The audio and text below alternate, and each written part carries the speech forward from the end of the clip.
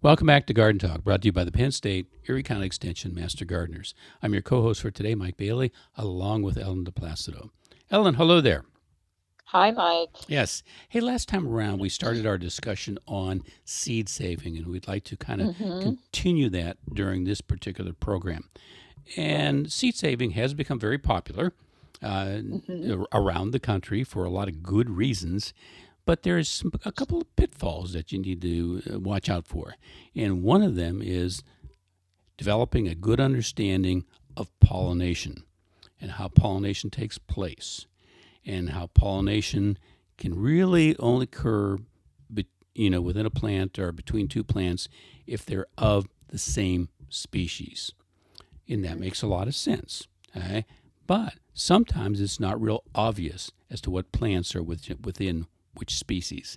And one of the best examples I like to give all the time is that, zucchini and acorn squash are within the same species. And those are things that are commonly grown in the home garden, and they can actually cross-pollinate each other. And they'll change the genetic material of the seeds going forward, and next year's crop will be kind of distorted, if you will. But there's Not something you expected. yeah, you're right. Not something you expected. But there are some stable plants that you can deal with.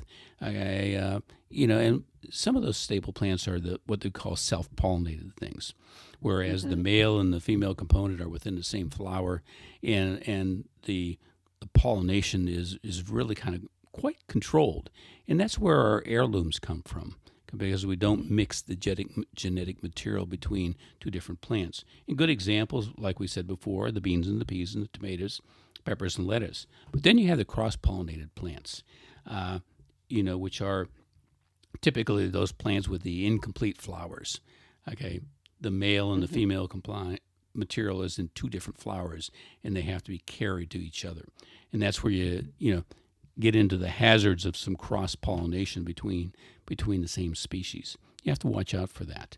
And some good examples there are, the summer squashes and the winter squashes and the pumpkins and cucumbers and even radishes. That there's a potential for, cross-pollination. So, but in part of the problem is that, you really don't know what has happened, until next year's crop, the following year's crop starts to mature, and then you find out that, look what I'm getting. I didn't plant this bizarre material. Right. What kind of alien is this? Right. Okay, Right. so you have to kind of keep all those things in mind. So what about? Is that the complete story, Ellen? No, it's No. really not the complete picture. No, that's what I thought. And I just want to reiterate, if you want to save seeds, please understand the roles of pollination in seed saving. But to talk a little bit now about other plants, such as biennials, okay? They put vegetation growth during their first growing season, okay? And then the following year, they will flower and generate seeds. So this type of seed saving is definitely for the advanced seed savers, because the care that's required during this extended process, which these plants are mostly cross-pollinators, so there's so much care that's needed. Some examples of these are carrots and beets and Swiss chard, onions and cabbage. I mean, I would have never thought of them, but everything's grown from a seed of some kind coming from somewhere.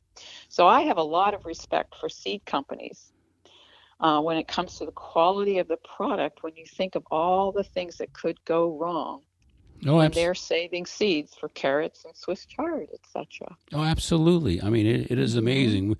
We think nothing of going to the store and picking up packages of seeds, and without any kind of thought into all the effort that went into keeping the genetic material of those particular seeds stable, so that you're going to get the product that you expect when you grow those plants.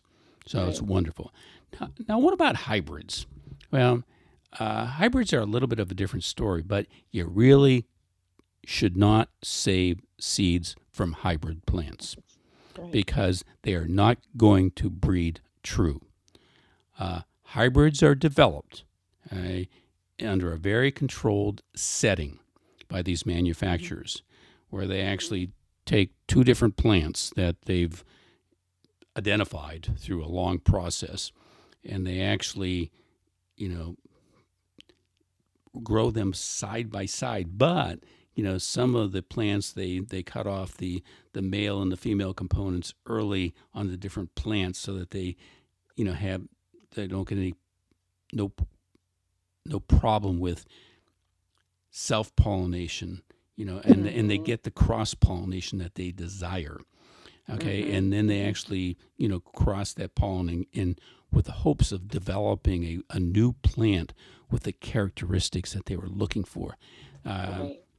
So I hope I explained that correctly to you. I hope that made sense. But it's not an easy process, and that's why the hybrid seeds are probably a little bit more expensive than some of the others. But if you expect to take the seeds from those hybrid plants and save them and go forward and get the same kind of product, it's not going to happen. You're going to get Right. something wildly different. Different. Okay, or maybe something close. Maybe it's the luck of the draw. But you really shouldn't bother with that. And there's a lot of the vegetable varieties out there now are hybrids, aren't they, Ellen? Yeah. Yes. Yes. So A especially lot of. your tomatoes and your peppers. So you got to read the packets. Now, Right.